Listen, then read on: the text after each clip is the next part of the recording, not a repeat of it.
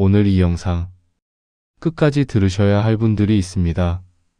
내가 너무 착하게 살아서 인생이 이렇게 된 걸까? 이 질문에 마음이 찔리신 분이 있으신가요? 젊을 때는 이런 생각을 하지 않았습니다.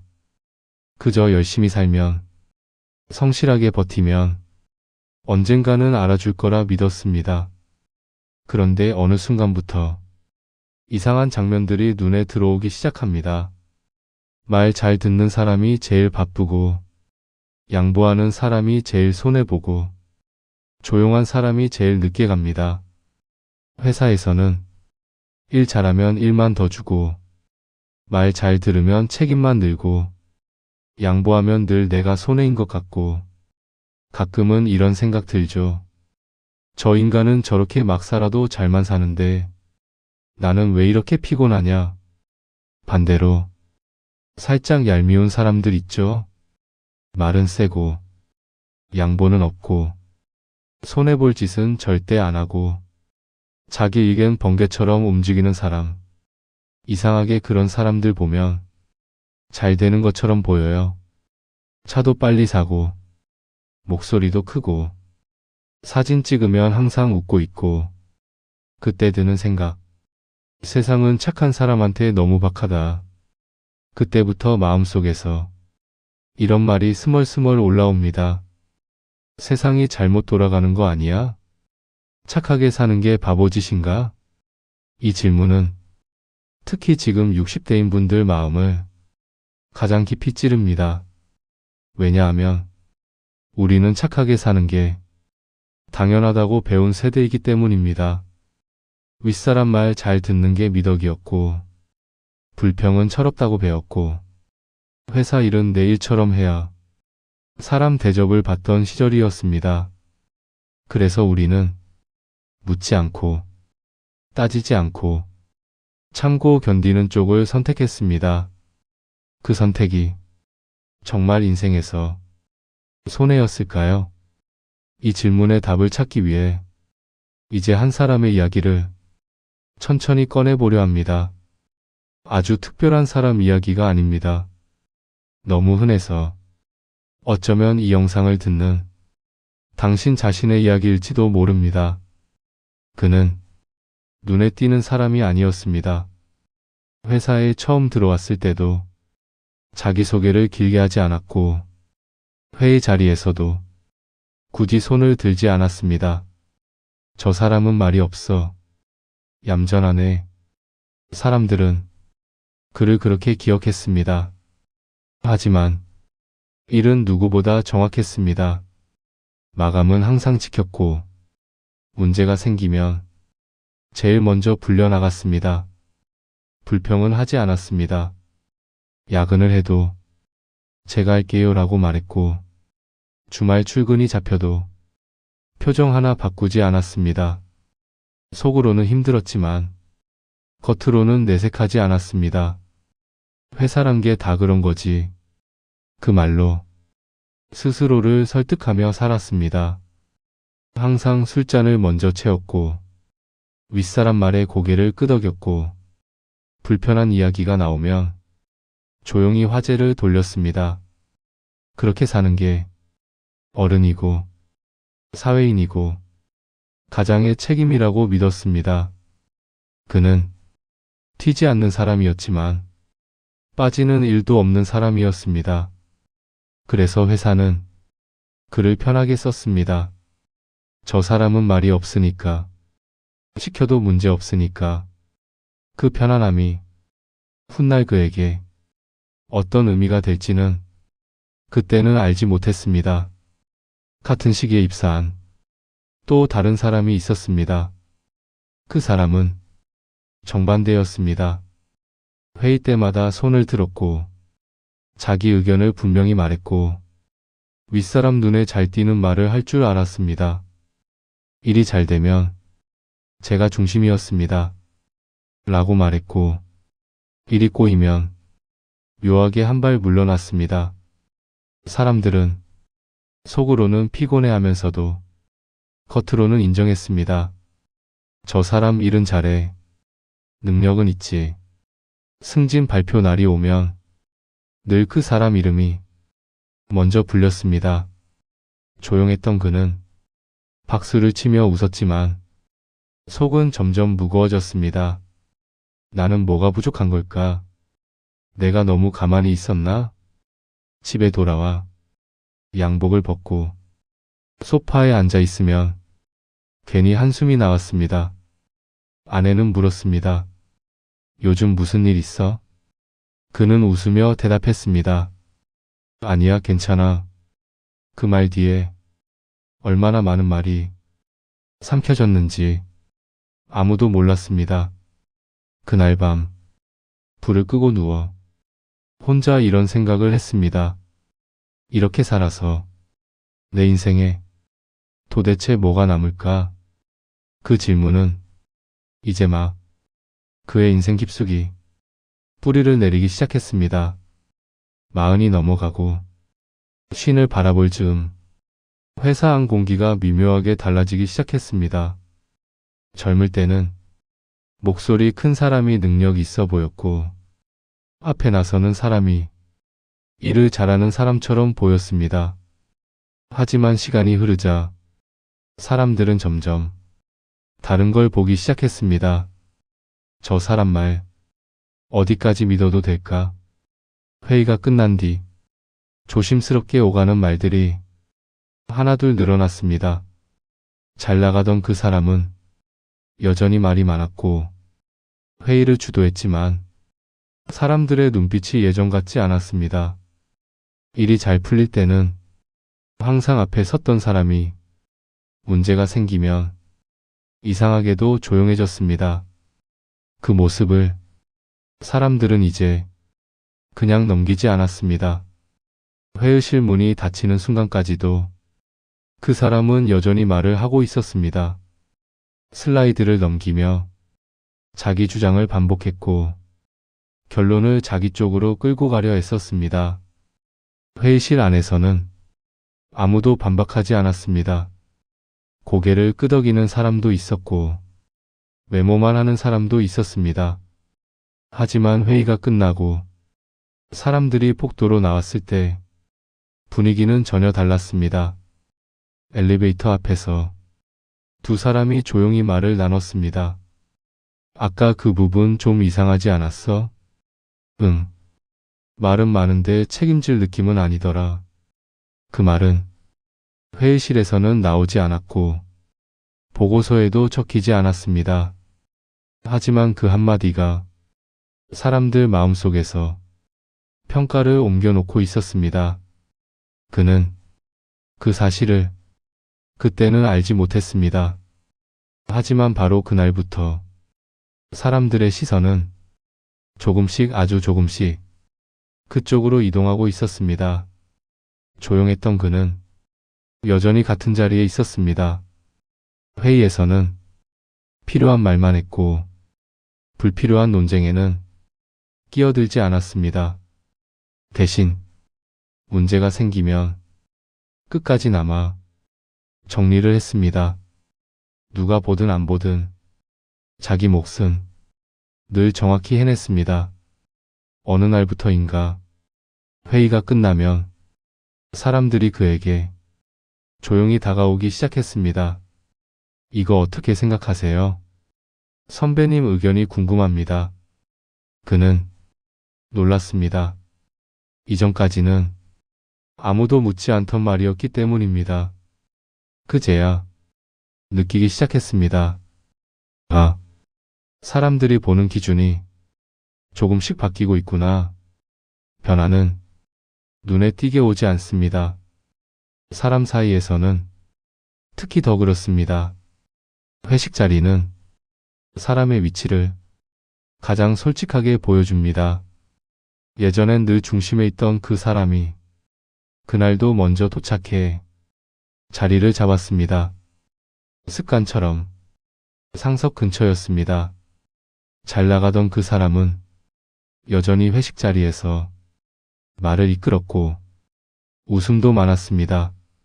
하지만 예전처럼 사람들이 그 옆에 붙어 있지 않았습니다. 하지만 이상하게도 사람들이 그 옆자리를 지나쳐 조금 떨어진 곳에 앉기 시작했습니다. 술잔이 돌고 이야기가 오가는데 예전처럼 사람들이 그의 말에 반응하지 않았습니다. 웃음도 대답도 짧아졌습니다. 화장실을 다녀와 보니 자기 옆자리는 어느새 빈자리였습니다. 그는 그 사실을 애써 모른 척했습니다. 괜히 더 말을 했고 괜히 분위기를 띄우려 했습니다. 하지만 그럴수록 사람들은 조금씩 더 조용해졌습니다. 그날 집에 돌아와 휴대폰을 내려놓으며 문득 이런 생각이 들었습니다. 오늘은 왜 이렇게 조용하지? 전화가 울리지 않는 날은 아주 조용하게 옵니다. 그리고 그 조용함은 생각보다 오래 남습니다. 예전 같으면 당연히 그에게 맡겨졌을 일이 어느 순간부터 조용했던 그 사람에게 넘어오기 시작했습니다. 처음엔 우연이라고 생각했습니다. 하지만 그 우연이 계속되자 사람들은 알게 됩니다. 아, 이제는 저 사람보다 저 사람이구나. 말이 많던 사람은 그 변화를 가장 늦게 알아차렸습니다. 왜냐하면 자기 이야기를 가장 많이 듣는 사람은 늘 자기 자신이었기 때문입니다. 회의 중 그가 길게 설명해도 사람들의 눈은 서류 위에 머물렀고 고개를 끄덕이던 사람도 줄어들었습니다. 그는 점점 더 말을 늘렸습니다. 불안은 사람을 더 시끄럽게 만듭니다. 조용했던 그는 여전히 말이 없었습니다. 다만 사람들이 그를 대하는 태도가 달라졌을 뿐입니다. 저 사람은 끝까지 책임진다. 뒤통수 치는 일은 없다. 그 평판은 그가 만든 것이 아니라 사람들이 시간을 두고 내린 결론이었습니다. 그는 그제야 깨닫기 시작했습니다. 자기는 앞서간 게 아니라 그 자리를 지켜온 것뿐이었다는 걸. 결정적인 순간은 늘 예상하지 못한 곳에서 옵니다. 어느 평범한 날 별일 없는 회식 자리였습니다. 술잔이 몇 순배 돌고 분위기가 조금 풀렸을 때 후배 한 명이 조심스럽게 말을 꺼냈습니다. 선배님, 말을 꺼내놓고도 한참을 망설였습니다. 그리고 이렇게 말했습니다. 선배님, 그때 그 일 기억하세요? 아무도 안 하려고 할 때 선배님 혼자 남아서 끝까지 정리해 주셨던 거요. 그는 무슨 말인지 바로 떠올릴 수 있었습니다. 하지만 그 일은 그에게 특별한 기억으로 남아있지는 않았습니다. 그저 자기가 할 일이었기에 했던 일이었기 때문입니다. 후배는 고개를 숙이며 이렇게 덧붙였습니다.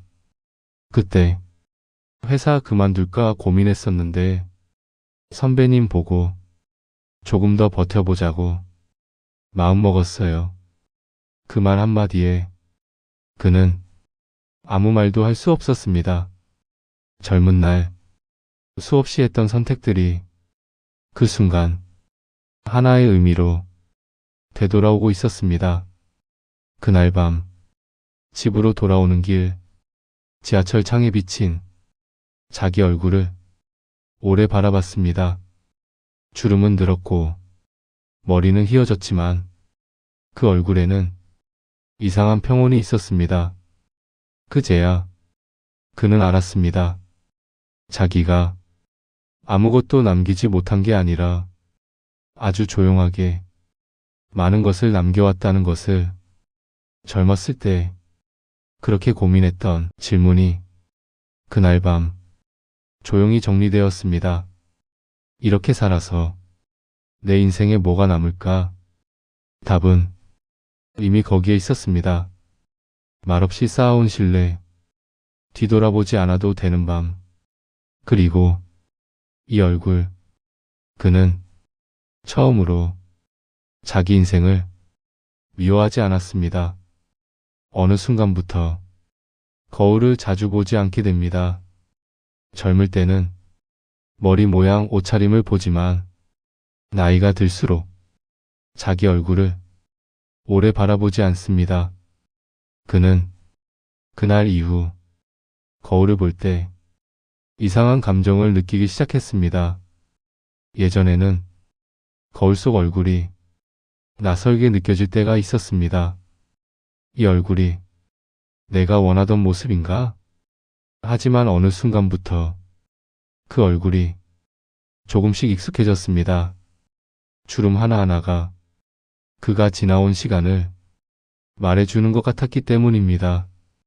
억울했던 날, 말 못하고 삼켰던 밤, 그래도 끝까지 선을 넘지 않았던 순간들, 그 모든 것이 얼굴에 남아 있었습니다. 회사에서 그를 대하는 시선도 달라졌습니다. 누군가는 그를 착한 사람이라고 불렀고, 누군가는 믿을 수 있는 사람이라고 불렀습니다. 그는 그 차이를 이제야 알게 되었습니다. 착한 사람은 이용당할 수 있지만 믿을 수 있는 사람은 끝내 남는다는 것을 그는 누구에게도 잘 보이려 하지 않았습니다. 그저 하루하루 부끄럽지 않게 일을 마쳤습니다. 그게 자기 인생의 방식이라는 걸 이제는 알았기 때문입니다. 정년이 가까워질수록 사람들은 조심스러워집니다. 누가 먼저 떠날지, 누가 기억될지 말하지 않지만 모두가 알고 있습니다.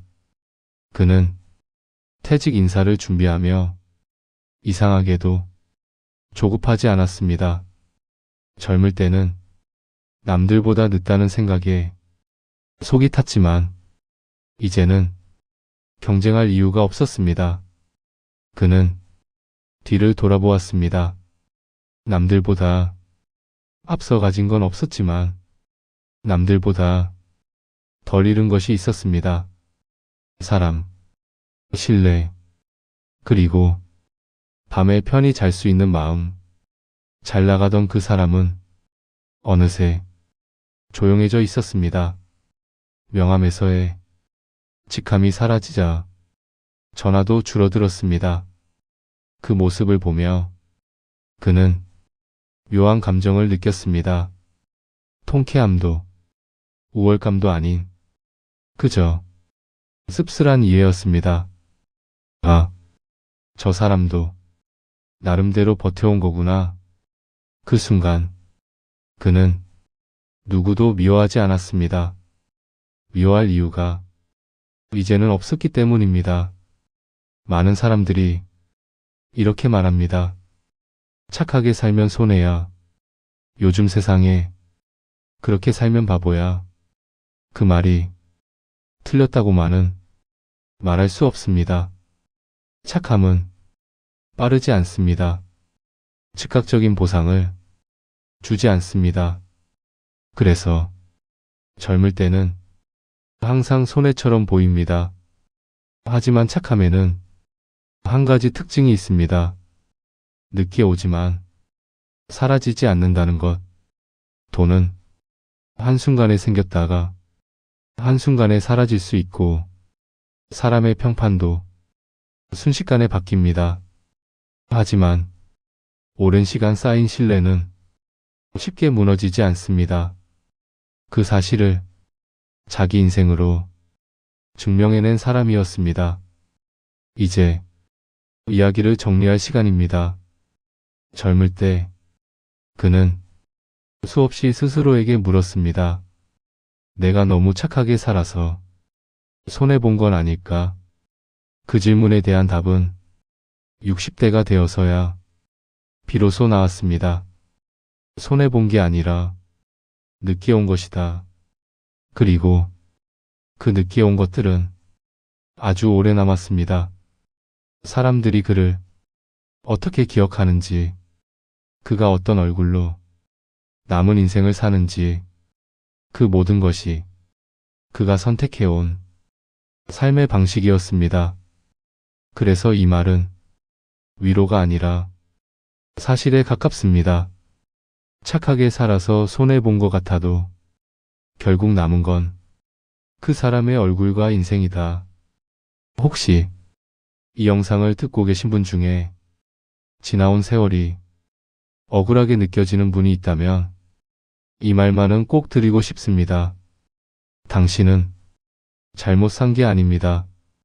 다만 조금 늦게 보상을 받았을 뿐입니다. 그 얼굴로 남은 인생을 살아가십시오.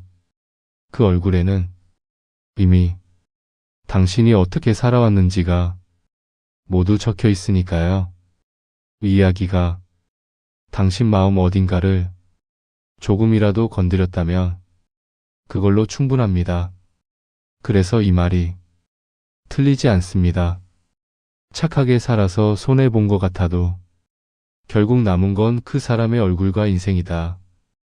혹시 지금 지난 세월을 돌아보며 억울한 마음이 남아있다면 너무 자책하지 마십시오.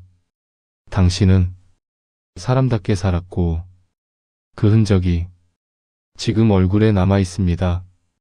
그 얼굴로 남은 인생을 살아간다는 것, 그것만으로도 당신은 이미 충분히 잘 살아온 사람입니다.